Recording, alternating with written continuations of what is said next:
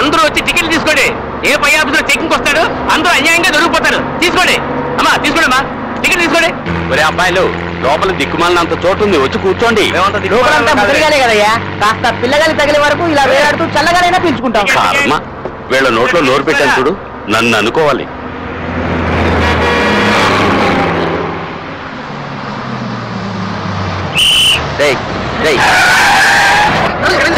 లోపలంతా ఖాళీ పెట్టుకోండి. మమ్మల్ని బాబు చెప్పాలా? ఏంటి తెచ్చుకున్నావు?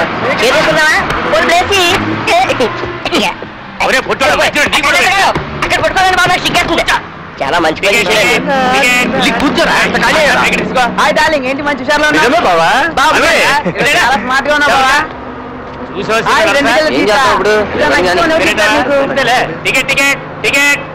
నాకు అర టికెట్ ఇవ్వండి అంకుల్. ఇదిగా బాబా అన్నుడు టికెట్ తీసుకోలేదు. ఒరే బామర్తి, వచ్చి టికెట్ తీసుకోరా. సరే సరే, ఒక అర టికెట్ ఇవ్వు. నీ కరెక్ట్ టికెట్ రా. అయితే వాడికి ఎందుకు ఇచ్చావు? వాడు నిక్కర్ వేసుకున్నాడు కాబట్టి వాడు కరెక్ట్ టికెట్, నువ్వు ప్యాంట్ వేసుకున్నావు కాబట్టి ఫుల్ టికెట్ తీసుకోవాలి. ఏంట్రా టికెట్ తీసుకోమంటే ప్యాంట్ ఇస్తున్నావు? నాకు టికెటే అవసరం లేదు. నీ ఐడియా నాకు తెలిసిపోయింది కానీ బాబు, చూసి నేను తట్టుకోలేదు. వెళ్ళబా, వెళ్ళి కూర్చో. నేను టికెటే అడగను, వెళ్ళు. ఆహా, టికెట్ ఎక్కడానికి మాత్రం బుర్ర నిండా ఐడియాలు ఉంటాయి.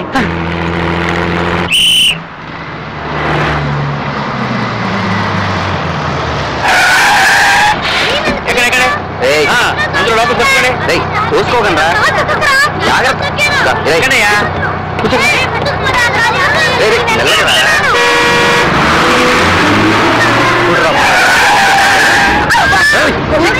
ఈ ఇరుకులో నువ్వేంట్రా? వెళ్ళి ఎవరి దగ్గర కూర్చో. సరిగ్గా నుంచో.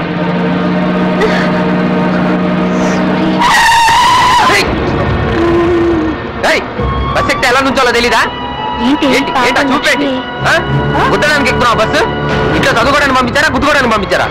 అయ్యో చూసావటి ఇలా వెనకలే అన్నదమ్ముళ్ళేరా నీకు? ఖాళీగా విశాలంగా ఉన్న బస్సులు వదిలేసి ఇలా ఇరుగ్గా ఉన్న బస్సులు ఎందుకు ఎక్కేది? ఇలాంటి అందమైన అనుభవాల గురించే కదరా. మరి ఇదేంటి పుత్రుడిలా పోతు కొడుతున్నాడు? అదే ఛాన్స్ మనకు వస్తే ఎంజాయ్